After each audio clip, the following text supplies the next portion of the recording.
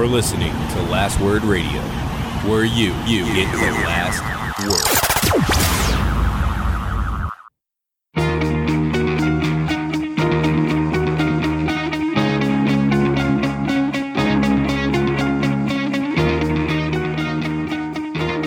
Welcome to the Fourth Line Podcast, part of the Alberta Podcast Network, powered by ATB. This is February the 3rd, 2020. With you today is myself, Carl, and Stevie Nick.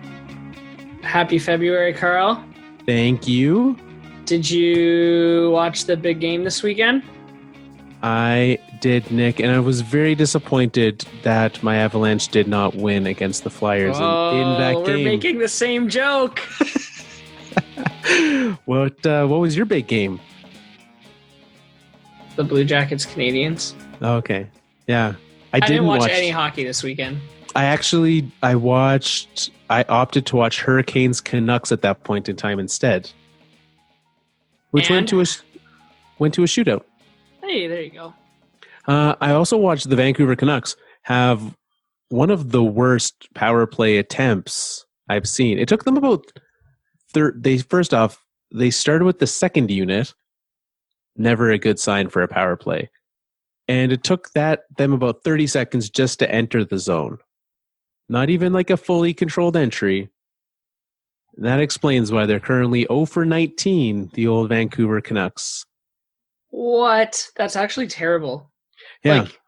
Like for the last night, they must have scored some power play goals. That's not 19 on the season, right?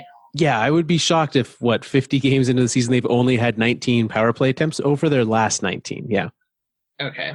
Not looking good. However, points in 6 in a row. They had won 5 in a row before that. So even though the power play is not clicking, Canucks doing all right for themselves. They're still top 10 in power play percentage this year. So well, and when you have Elias Pettersson there, you're going to have a good power play. That's right. Just get him the puck, let him do his thing, and it's going to go well for you. So, they're just in a bit of a funk. They'll figure it out. That said, they did lose to the Hurricanes, as I have to go back and think about it. Old Justin Williams with the OT shootout winner. Hey, good for him. It's probably the only goal he scored so far, isn't it? I'm fairly sure. To be honest, didn't look it up. But the only goal he can score is on a shootout. I was just shocked that they because that was their third shooter. I never really thought of Justin Williams as a shootout specialist, but apparently he is. Yeah, we shouldn't make assumptions about people. He's scored 2 goals this year. Wow.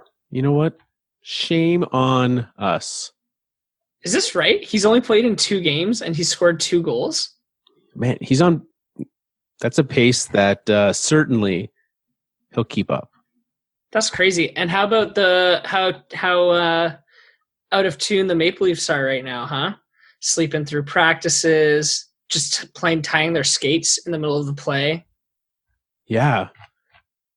I got very excited. And we're going to talk about some of that today. We're going to talk about trade deadline coming up here. I got very excited for I think we all did when we saw the news on Saturday that Kasperi Kapanen was scratched, a healthy scratch. Is he traded?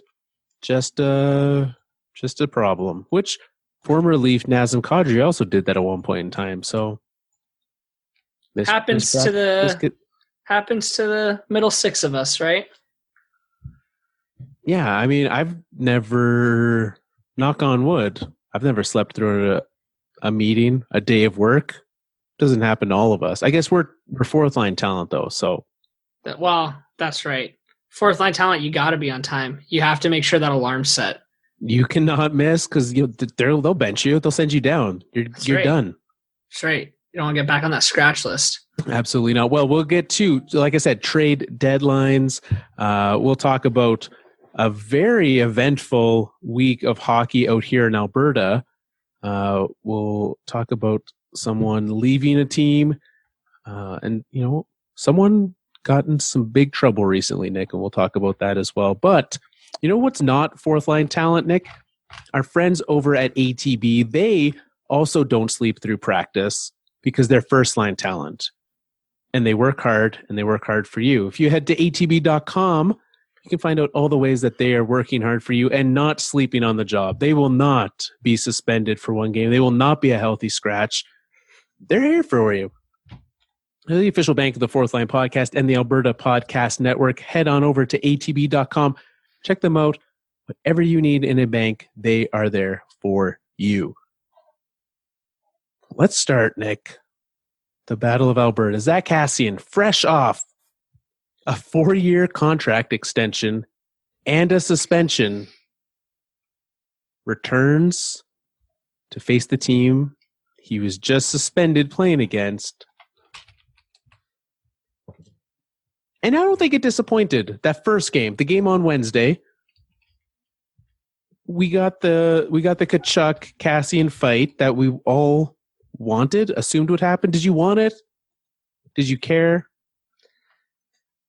I honestly can't remember what I said the last time we talked about it. I don't know. I think that it was going to happen regardless. Tkachuk they made such a big deal about it in the media that he's going to have to go for it. And he did. For sure. Yep. He very much did. In that game, the big issue at hand was Leon Draisaitl took some big issues with what happened earlier. We've got some stick flipping happening. David Rittich. I'm sure, we all saw what happened in Toronto. Jose Bautista hit a home run, flipped the old stick. David Rittich did that against the Oilers. You all right with that? Yeah. I like it. I think it's fantastic. It's fun. Plus, and it shows a passion and an energy. And you celebrate. If you just went one, you have every right to celebrate. Yeah. I totally agree. Now, was this game at home? I can't remember. This one? No, that was in Edmonton. So he went up That's there. Even better. Won in a shootout on Leon Draisaitl and then flipped his goalie stick afterward. That's perfect. It's fantastic. Especially after getting the help from his 2 posts on those shots. Right? And so here's what Draisaitl was none too happy. David Rittich after the game, I guess after Saturday's game, he said, I don't know if it's about a stick flip. Honestly, I don't even want to talk about it. If someone's mad on me for doing it, just be mad on me. Which, let's pause right there. Is that how you say that? No. Being mad on someone? I don't know. Unless that's what the cool kids say now. Is that a saying? Should I be using that? I've never heard that before.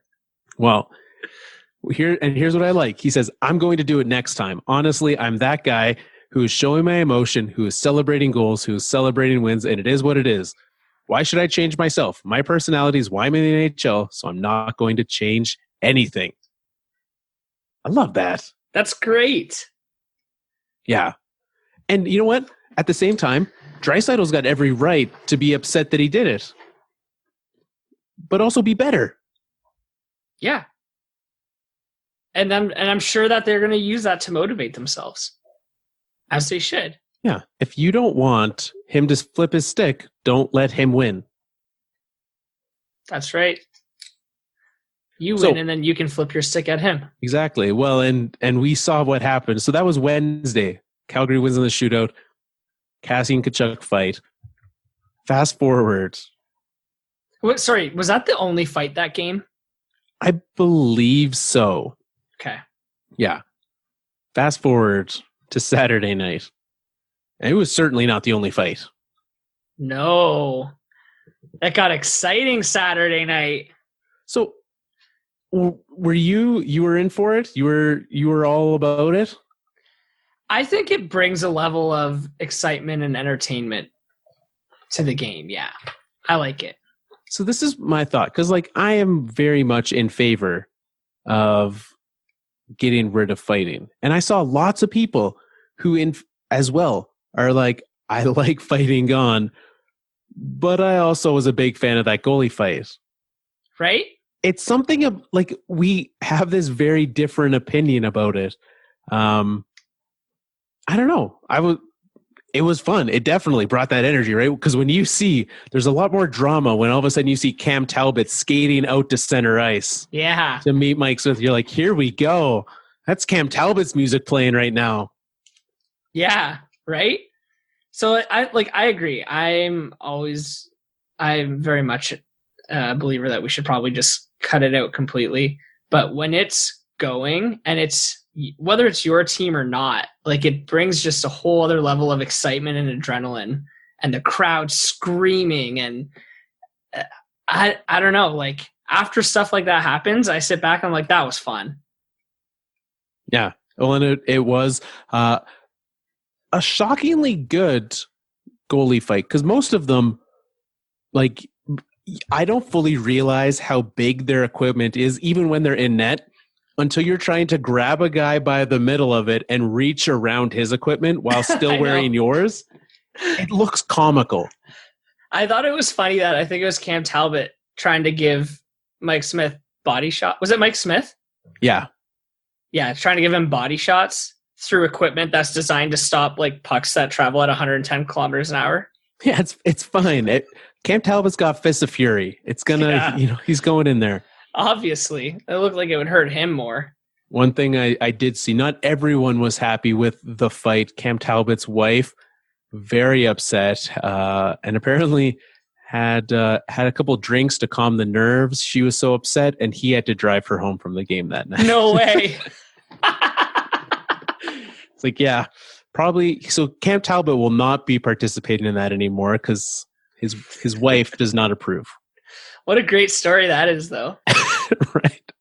Do you think goalie fights, do you think going into that game, Talbot knew there was a chance that this might go down for him? I don't know, because it's been 7 years since the last one. Yeah, but I feel like a lot of that energy and emotion came from how Dave Rittich ended the last game. Oh, absolutely, right? Like, there was a key on the goalies. And especially, if Rittich had have played that next one, like if he had have been in there, it would have been fired up. So, do you think those conversations happened before? Like, oh, we gotta make sure their goalie pays for acting like that, but the players can't do it, right? Like, does Cam Talbot have to step up and be like, look, guys, if the opportunity presents itself, I'll make sure that he answers for that. I guess so, but so now he's answering for the fact that Dave Rittich has to do that. Yeah. One other piece in that Cam Talbot interview where he disclosed the displeasure of his wife. Also, he could not care less about the Edmonton Oilers. After all the time that he spent there, they are dead to him, which I appreciate. I know, right? I really like that. I think it's funny. It shows how much he cares about the team that he's on too. So it's been a while since the Battle of Alberta was this intense. What's it like being out in Alberta right now? I mean, it's fun to watch games, right? Like, I feel like it's been a while since like goalie fights haven't been a thing. I don't think there's a rivalry that's been this strong anywhere in the league in quite some time. That this is a thing. And a very good chance that they end up playing each other in the playoffs. Right, exactly. And we need that. Right now, Calgary would be the wild card team. Yeah.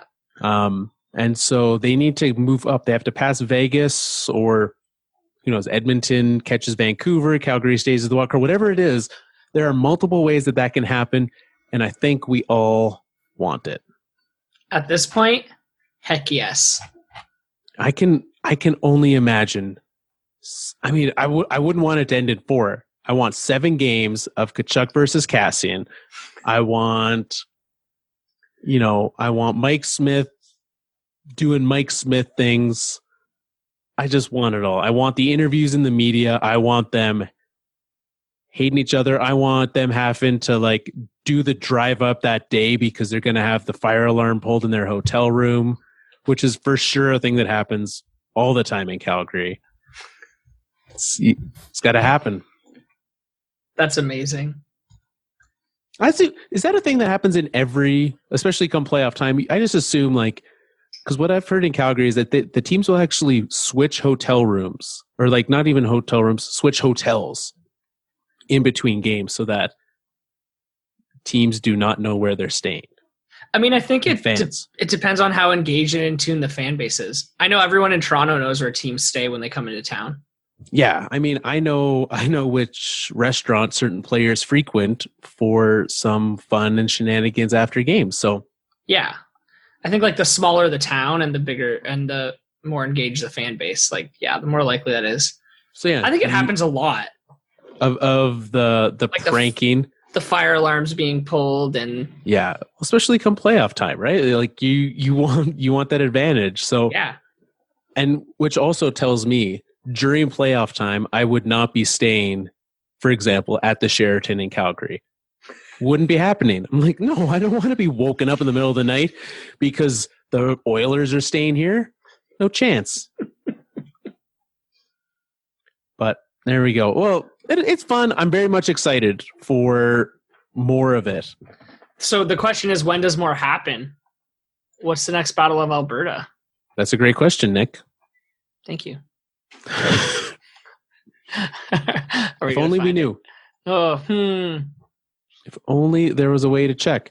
I do know that, having played 3 times quite recently, I don't expect them to have that many more games left this season. Saturday, April 4th, 2020, the very last game of the season. That's it, eh? Just one more show. Yeah. Can you imagine that is it could be for the chance to make the playoffs. It could be a chance to play each other. It could be for home ice. There are so many things with where they're at right now to have that game on the line, or it could be an irrelevant game. But either way, I wish there was more. That's me too. Yeah, that'll be good. Other news of the week. We've got a Winnipeg Jet. About to become former Winnipeg Jet, Dustin Byfuglien is expected to reach an agreement on a mutual contract termination this week, with the Winnipeg Jets finally putting an end, not going to an arbitrator, not having all of this happening. He will presumably get some sort of payout for this. The drama's ended. You called him Justin Byfuglien. I was wondering. I was why does Nick have a smile on his face? That's how relevant Dustin Byfuglien is right now. And I don't care how long you talked into that intro for. I was I'm not letting him. I'm not get away with this. I mean, while you share your thoughts, I'm going to look up Dustin Byfuglien. So what do you? Did you mean Dustin Byfuglien? No, Google. I meant Justin. I forgot this was a thing, to be honest with you. I think it's probably, if you had asked me about it, what do you think is going to happen here? I probably would have said it's the end of it. What I think is interesting is that he's considering retirement at this point. Yeah. It's not that surprising with how, having the surgery, all of those things. It's obviously every year there's some sort of issue that he has. And I think really the biggest, to now get the slap in the face of being called Dustin Byfuglien, I think it's time for him to hang him up. But he has all these injuries, but he still plays really high level hockey. He's still the best defenseman on that team. So good that they decided to move on from their other 2 good defensemen. And a mistake they clearly regret now, but nonetheless.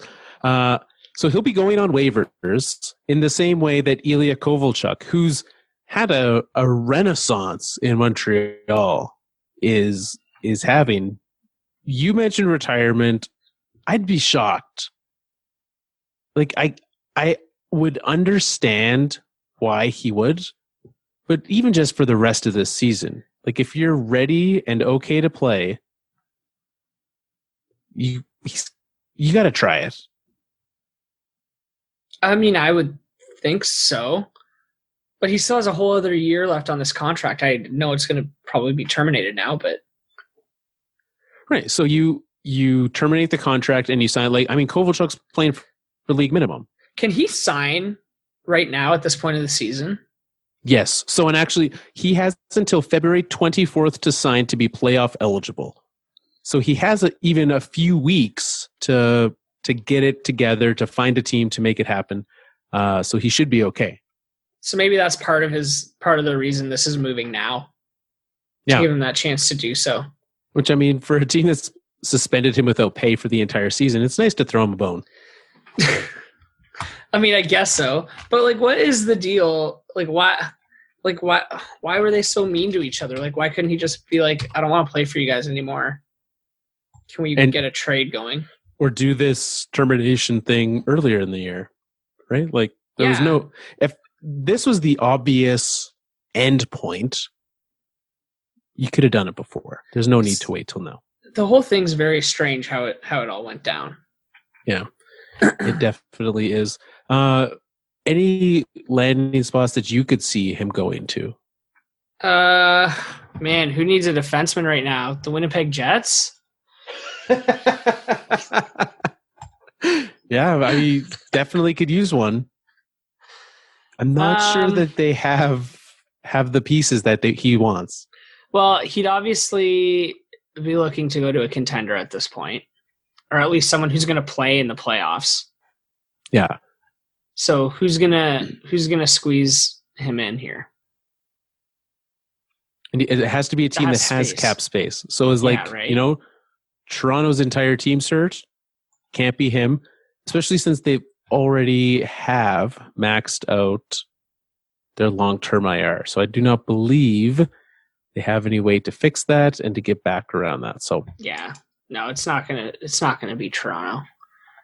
What about someone like Vegas? Yeah, go play with old Pete DeBoer down there. They could use that. I feel like the Flyers would be a team. Yeah, that would have some interest in him. Neither of those teams have a lot of cap space. The Blackhawks of Chicago, a team that maybe could find a way to fit him in. The Blackhawks love to bring back former Blackhawks. That's their favorite type of player. They're just trying to get the gang back together. Bring back 2010. Right, exactly. And that said, as you go down, there's, the Islanders play a very strong defensive game. You could see him going there. Find some space there, and also a lot less pressure because they are already a very strong defensive team that could use some additional talent and size. Yeah, I was thinking that could work. What about Columbus? Columbus, yeah. A team that wasn't supposed to be as good as they're doing right now. Well, and whatever team he goes to, it's all gravy because it's going to be cheap. It's going to be low risk. Any team should be trying to sign him. Should have 20, 25 teams lined up. Yeah, essentially, if you haven't made it to the elimination station yet, give him a call and make it happen. We're looking at you, Montreal. That's you. Ooh. Well, we'll get there very shortly. Nick, here's a weird story that we didn't get to earlier. Did you hear this news about, speaking, the Flyers? Did you see this? It made international headlines recently. This news out of Philadelphia with everyone's favorite mascot, Gritty. Have you seen this? I did see this, and I saw a video or a picture or something of people breaking down. You know how Reddit tries to solve every case? Yes. That's how deep people got into this one. Yeah. Well, so if you did not hear, Gritty, the terrifying mascot for the Philadelphia Flyers, and I find it very interesting that the way that they worded it. because they were investigating Gritty, not the person in the suit. They, I think that's the part that really threw me off. Is like they acted like it's like not just a dude in a suit or a lady. It's not a person in a suit. Like it is. It's a person in a suit. And so Gritty was being investigated for allegedly hitting a 13-year-old during a photo shoot. Which is just weird enough, right? Like, but it made me think, has Gritty gone too far? Because he would do a lot of stuff, but hitting a kid? Come on. Gritty's done a lot of weird, questionable things that even if this story were true, that he hit this kid, I'd be like, well, that's nothing compared to some of the other things I've seen him do. Right? Yeah. And I mean, I don't think anyone wants to get hit, especially by someone that big, right? Like, or scary. Gritty packs a punch. He's not coming in light. No. And then you turn around and you see those eyes. Right? He's got his woogly eyes and he's, wearing his helmet without a visor, so he's old school. Yeah, I can't think about him too much because I get into this weird brain space where I'm like, what even is Gritty? And it just gives me a headache. I don't know what he is. I don't know where did he come from? I want to be in that boardroom where they're like, yes, this is the idea. And let's make him edgy. Let's make him look like a weirdo. Let's make him edgy. Let's let him punch a kid. All of these things. Well, nonetheless, Gritty, they will not have charges pressed against him. Perhaps the person inside the suit might have charges pressed against them, but Gritty himself is no longer on the hook for these charges. I think we can all breathe a sigh of relief. I do have a free content idea for the Philadelphia Flyers. They need to release a courtroom sketch of Gritty in like a business suit. I want nothing more. I mean, I don't want that kid to get hurt, obviously. But I do want that to be a trial. And I do want Gritty in his suit to show up to trial. Because we're not charging the person inside. We're charging Gritty. It's the weirdest thing. I never thought about it until you pointed it out. But you're right. That's so weird. Yeah. But hold on. Wasn't he... I thought that it was determined that these allegations were not true. Yes. So the Philadelphia police announced today that they would not be doing this, which again, who at the Philadelphia police PR department was like, all right, what's on the docket for Monday?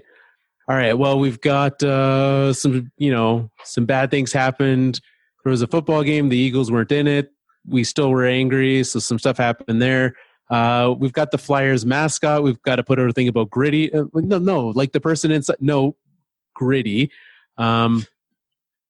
Nonetheless, the Philadelphia police did say that their official statement, that investigation, which has been completed and is no longer active, and this is where they took a very serious note, determined that the allegations of the individual portraying the Flyers mascot did not constitute physical assault as alleged. They refused to refer to him as Gritty. You think the mascots are unionized? Can you imagine those negotiations? They all show up in costume to the boardroom. I would love... I mean, here's the thing. Like Uncle Gary Bettman can lock out the players as much as he wants. But if the players are showing up, there's no chance he can lock out the mascots. There'd be outrage. Kids would just stop going to games. If you were a mascot, let's put on your imaginary hat. Actually, I have played a mascot once in my life. Have I ever told you this? No. What do you mean played a mascot? So I used to live in St. John's, Newfoundland. Yeah. And this was when the Leafs the Marlies were the St. John's Maple Leafs at the time. Yeah. And they had, their mascot was Buddy the Puffin. Okay. A giant bird, beloved in the community. They would have like special nights and special outfits and costumes. My mom did like dresses and outfits and things like that. Somehow she got connected with the team and they hired her to make a bunch of costumes for the mascot. And so whenever they would want something, like they had Valentine's Day, they wanted to have a special Valentine's Day suit for him. And so we had the mascot outfit in my basement, and I would have to try it on dress as the mascot so that my mom could try on the clothes for this mascot. So I would just wander around my house dressed like the mascot, and it was quite nice. Aren't those mascot costumes intense? They're so heavy. They're right? Crazy. I remember we got one at the university I went to, and there was like a built-in fan inside the head part that you could turn on and off. Yeah. It's super intense. And I that was when I first, started to get a glimpse of it's not a person, it's not a mascot. Like there's an actual person in there. Cause I would hear the stories of, cause he'd be over and he'd be telling it like the things that he would get in trouble for doing. Turns out like you're not allowed to ride the Zamboni. Like you're not allowed to just hold on to the back of it. That's frowned upon. Who knew? I didn't. Nonetheless, if you were in a mascot union, what would be your demands? What kind of things are the mascots looking for? Oh man, probably things like first-class flights, 5-star hotels. I'd be asking for all kinds of access to the team's gym and access to the team's meals. I want all the same things as the players. Just give me that. Now, I'm a member of the team. Do you have to, do you just show up as yourself? Like, let's say, Nick, you are mascot for the Detroit Red Wings. Who's there? Like, do they actually have a mascot? I don't think that they do. They don't have one. I mean, if they did, it would be that octopus, but and which is that's a hard. His name's Ollie? Al. Yeah. So that would be a hard costume to have. It's named after their arena maintenance guy. Serious? Yeah. Like the guy who has to scrape all the octopus. Yeah, who swings them around his head. Yeah. Okay, that's nice. If you Google it, says Al the Octopus is the mascot. Okay, but they don't have a guy in a suit dressed as the octopus. No. I mean, it would have to be Al at this point. There's no 8-legged people out there, so it would be really hard to do. Yeah, you would have to have a horde of children, one in each leg, running around in that suit, which would be terrifying. And Gritty would probably punch the octopus. And then we've got a whole other set of problems on our hands, and it's not good. But to answer your question, or at least where I think it was going, if it was me, I become the mascot as soon as I step into the arena on game day. I'd have to enter that persona. It would method acting. You're a method actor. I am. And then when I leave, I'm like, who's Al the Octopus? But as soon as I step foot in that arena, I become Al.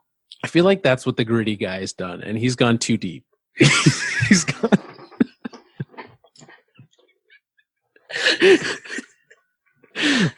He's now sitting at home, wearing the head. He just drives home with the head on. You can see him outside the arena after games. It's not good. Just imagine it's just a slow transition. Yeah. When he first got the job, he was just completely normal. And then one night watching TV, the mascot head was out beside him on the couch. The next night it's on. His wife comes home and he's just laying in bed already still wearing the head. So creepy. Yeah. I mean, I haven't seen the movie, but in my head, I assume that this is the Joker movie that came out. Yeah, just that slow burn into becoming Gritty, the villain. Yeah. I feel like that's the only way. Well, there we go. Nick, gritty, scot-free, and which is great. We can now go back to not being afraid and like feeling a little bit weird. Because here's the thing.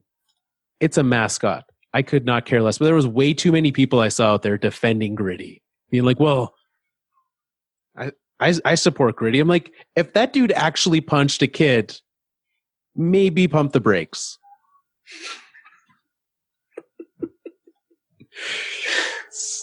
Maybe let's reevaluate things. Nick, we've got, let's move into, since I'm not sure how long this debate is going to go, let's move into the Elimination Station.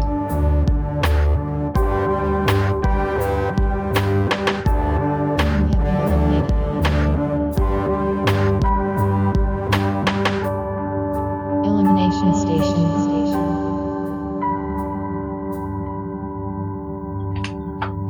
All right, the Elimination Station is powered by Park Power. ParkPower.ca is your place for utilities in Alberta. You have to have utilities.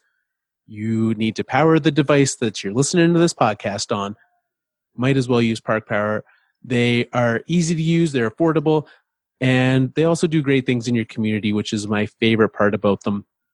If you pick Park Power, you get to choose a charity, and they've got 6 or 7 to choose from.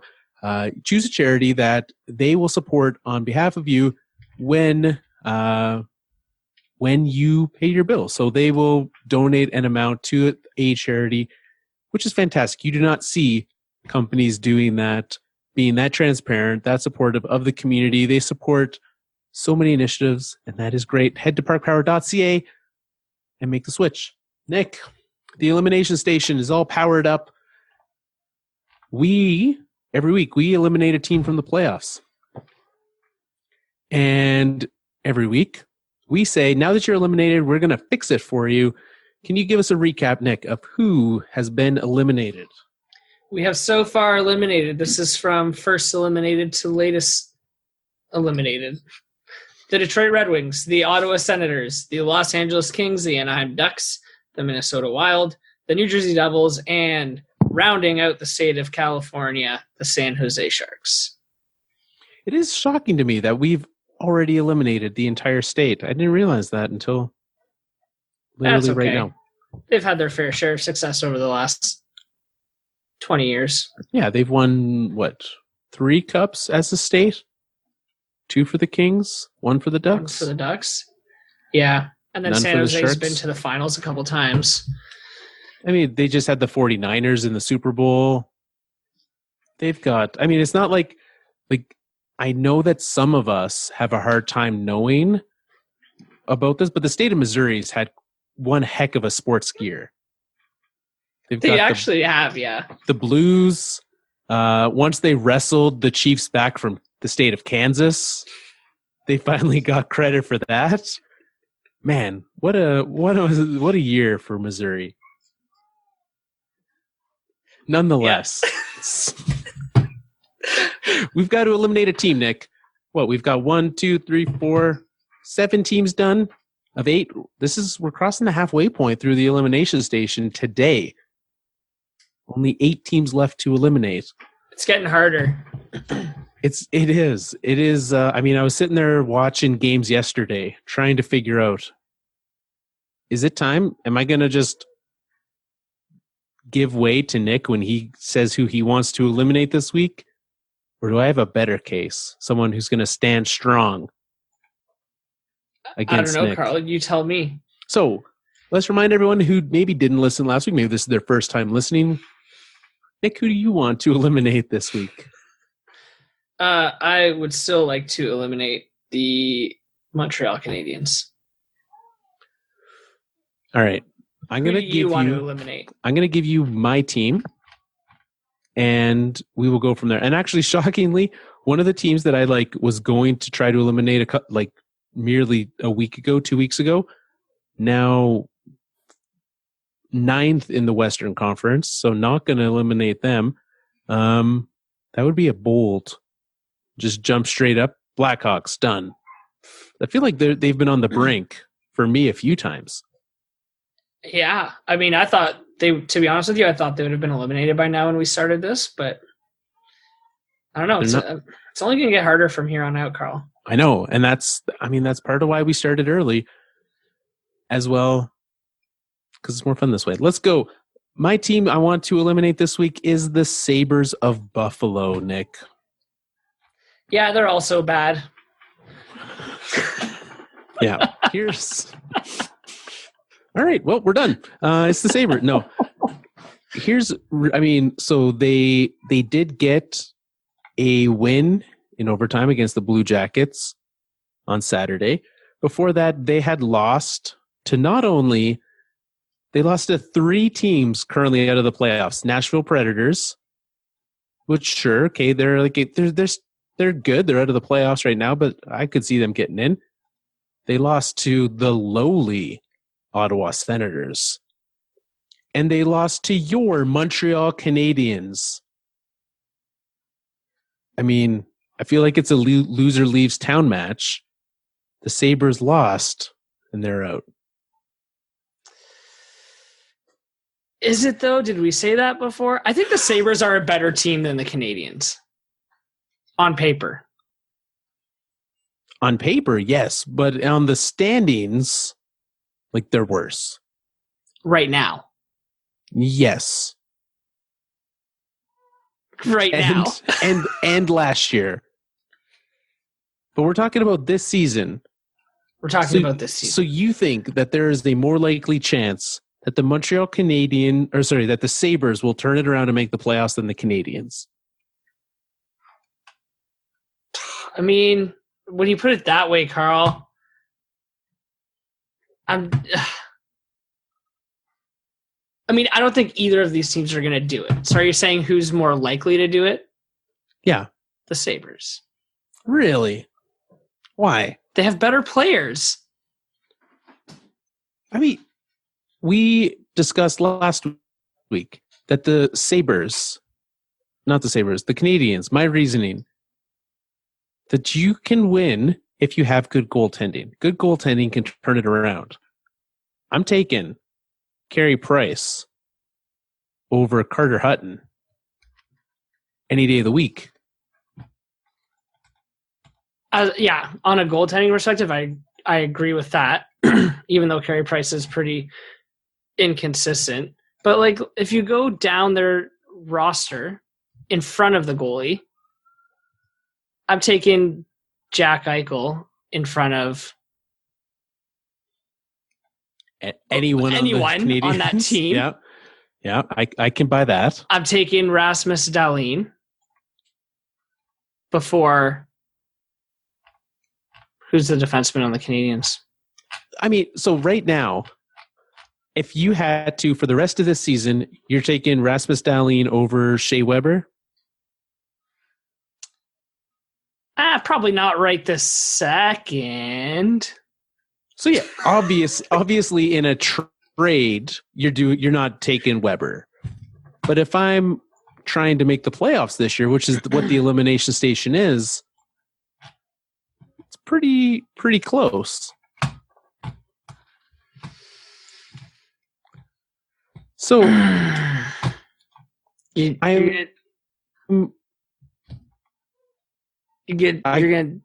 want to do Buffalo. I mean, I do want to do Buffalo. Here's my part of my thing. I'm with you. I agree. Most likely, neither of these teams are going to turn it around. Pretty simple, straightforward thought there.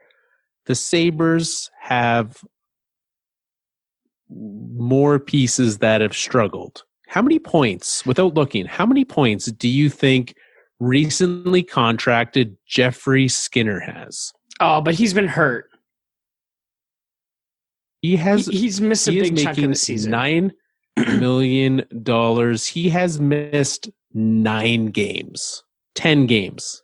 Is that it? He has played in 42 games this season. How many points does Jeff Skinner have? 30. 19. That's pretty bad. Yeah. He's playing at right now, he's making $500,000 a point. the Sabres started the season in a good spot, right? Yeah. Who's to say they can't start playing like that again?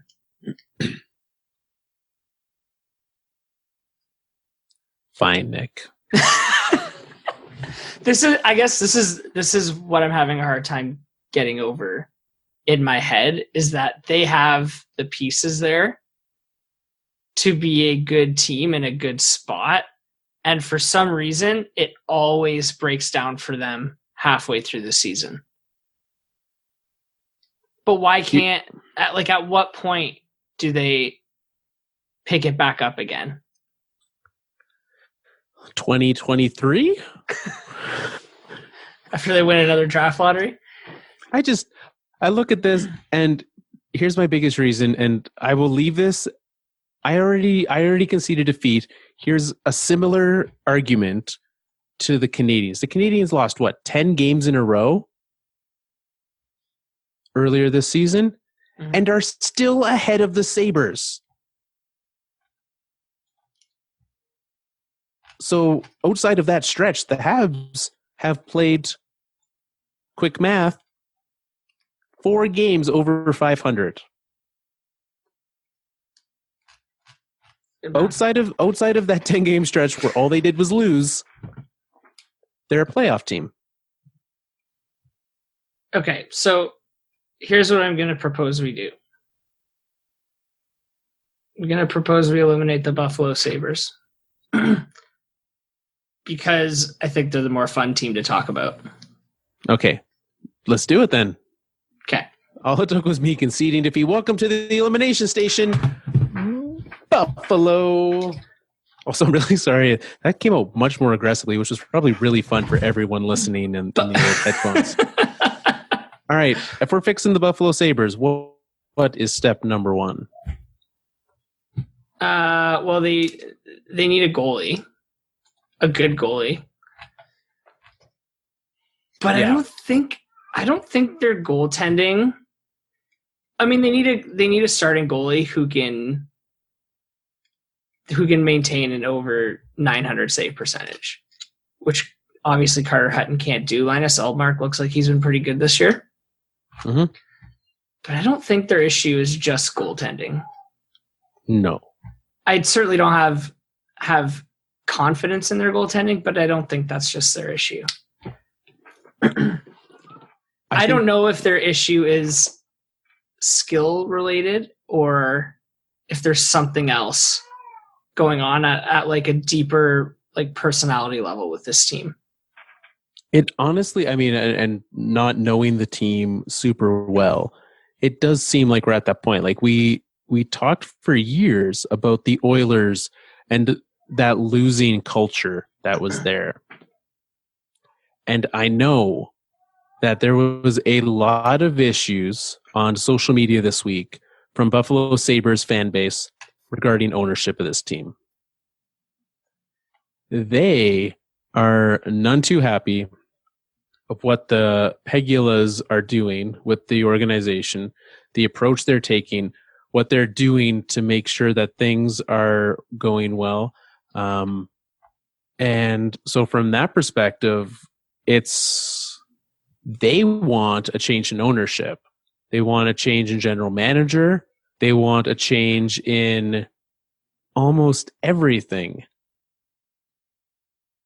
except the players on the ice. Yeah, but that's because the players on the ice don't seem to, on paper, they shouldn't be the problem. Right. And their coaching also shouldn't be the problem. The Krugs is good enough for you?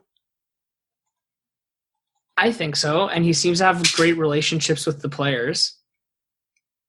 Yep. He seems to be a very like motivation focused coach. Right. So here's some things that I think will go well for the Buffalo Sabres in the next few years. 1, they only have 3 more years of paying Kyle Okposo $6 million. We've got Michael Frolik, Connor Sheary, Jimmy Vesey, all these this money coming off the books. And so they can afford to go out and pick up a goaltender, right? Yeah. But outside of that, they tried to go out and sign Carter Hutton and have him be the goalie of this team. And that didn't go so well for them.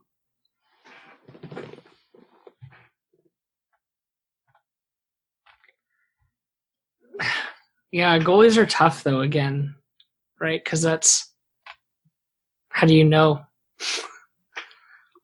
Goalies are voodoo. Yeah. So maybe, I don't know. Can they go out and get one of those New York goalies? Yeah, you should. I mean, for what the price is that's being talked about, the Sabres certainly have some assets, right? They've got players in the pool, right? If you could move out, I don't know. I mean, I wouldn't be the one who would want to trade Casey Middlestad and then find out that he could actually be good on a different team. But that's a choice, right?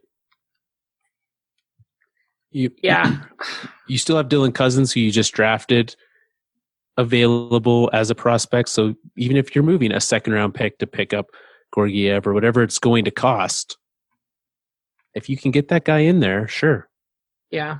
It's a good first step, but yeah, you're right. They've got a lot of space to work with over the next few years.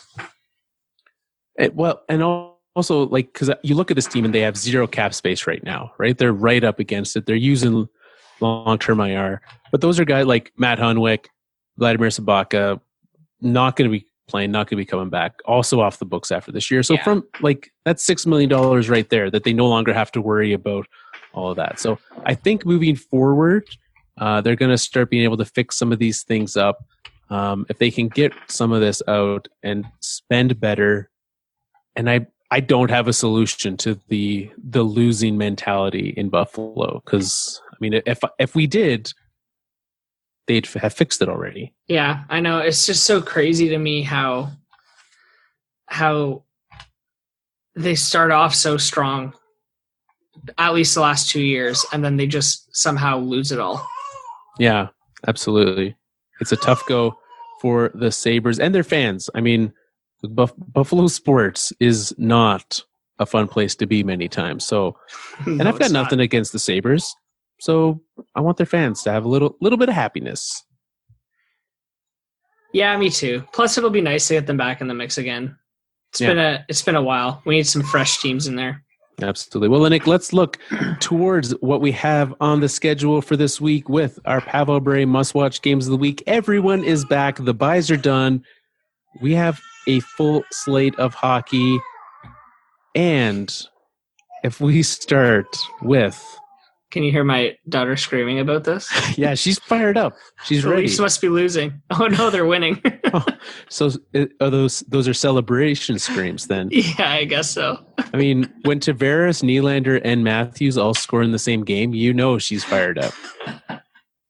I mean, or Nick, I think we it's not the Leafs. She's sad because the Wings are losing. Yeah, that's more likely what it is.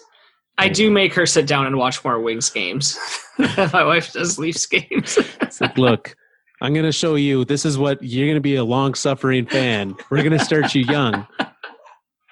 And it's nice because now she can watch them. I assume that, it helps you calm down because you don't want to get upset in front of her. It's nice for both of you. Oh, absolutely. It's great perspective. I mean, you're both crying together. It's great. It's fantastic. Tuesday night, is there anything that you're looking at? We've got the Sabres playing. Yeah, who are they playing? They're playing the Avalanche. You're as rattled as she is right now. Sabres are playing the Avalanche. We'll burn our way through this, Nick, and we'll be able to let you take care of her over there. Oh, she's fine. It's not like I've just left her by herself for the last hour. Let's put that out there. I imagine that Nick starts the podcast, he turns on the hockey game, and he lets TV parent her.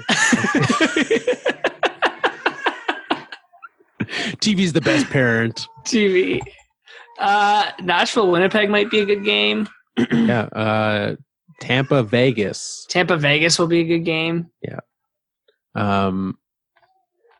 Let's head to Wednesday. We've got less games. We've got Toronto and the Rangers and the Bruins and the Blackhawks. A couple strong teams versus not. If you had to pick one, which one of those are you watching? I mean, I have Toronto and New York, mostly just because I hate watching the Bruins. Probably. And the Rangers are a fun team. Like, yeah, they are. They're young. They're young in some ways, right? They're fast and skilled up front, and you never know which one of the three goalies is going to play. Yeah, that's true. Wednesday, we've got a couple. We've got Thursday. Thursday? No, Wednesday. We just talked about Wednesday. Yes, that's right. Nick's got it. Nick's got it going on. February 6th.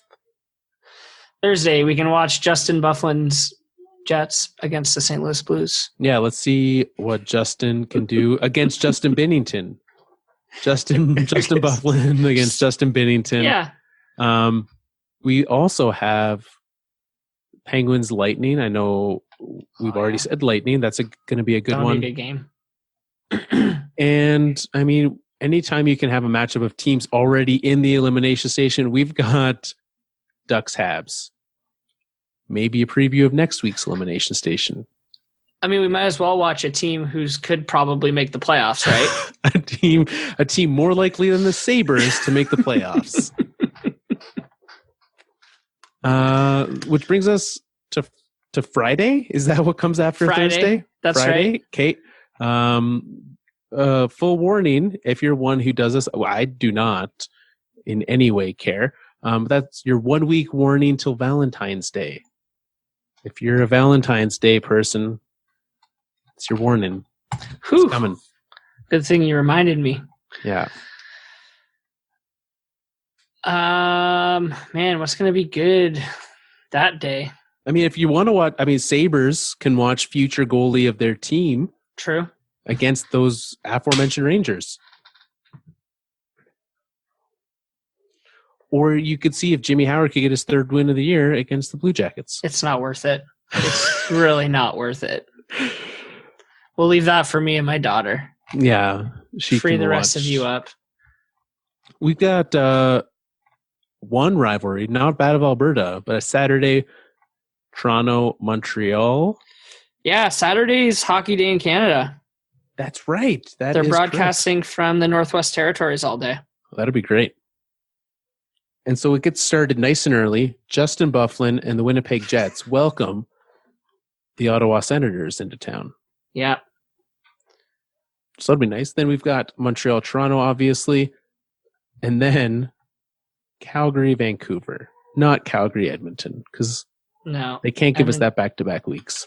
Edmonton plays earlier. They got the prime time slot, which is going to be, a 5 o'clock local game there? That is a 5 o'clock start against Nashville, which is always, that's weird. That is weird. Okay.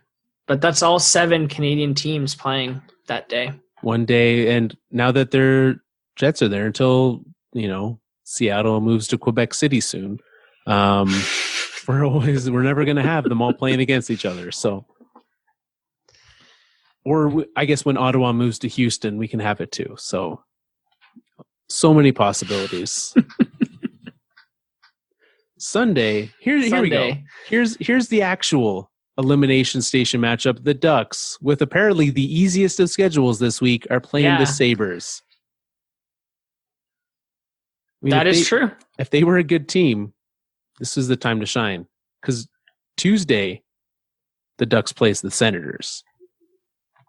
Man, they're playing through the elimination station right now. I mean, they also play Toronto in the middle there, so it's not all gravy for the Ducks. They play one good team in the Atlantic. So there we go. Those are the must-watch games of the week. You can head on over there, join in. If you're watching one of them, we'd love to chat with you about it on Twitter. We will see as we go some news out of that aforementioned Leafs game tonight that maybe this is why your daughter's upset. Freddie Anderson has left the game, will not be returning, and they will be updating his status later on, presumably into the week. So that is not good for the Leafs. And it is also now a tie game, so we will see. They do have Michael Hutchinson in net. He has given up 2 goals on 9 shots.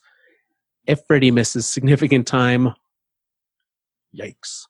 Yeah, not good for the Leafs. That's a scary one. That's the one person that they cannot lose.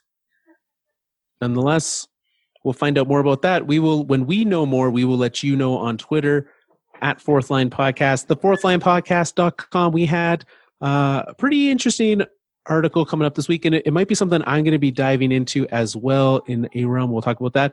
But Chandler Steele had an article looking into he woke up one day and realized he didn't like his favorite team anymore, and he is on a journey to figure out what he should do with his fandom. So that's a lot of fun over there. Join him, and if you have any tips for him, send those on in as well. You can find more great podcasts at albertapodcastnetwork.com, facebook.com/fourthlinepodcast. If you want to find us, subscribe, just give us a review. And until next week, it's time for us to wrap up another Fourth Line show. I know what you're thinking. You don't want us to go. Gritty is a terrifying thing. Maybe that's why my daughter is crying.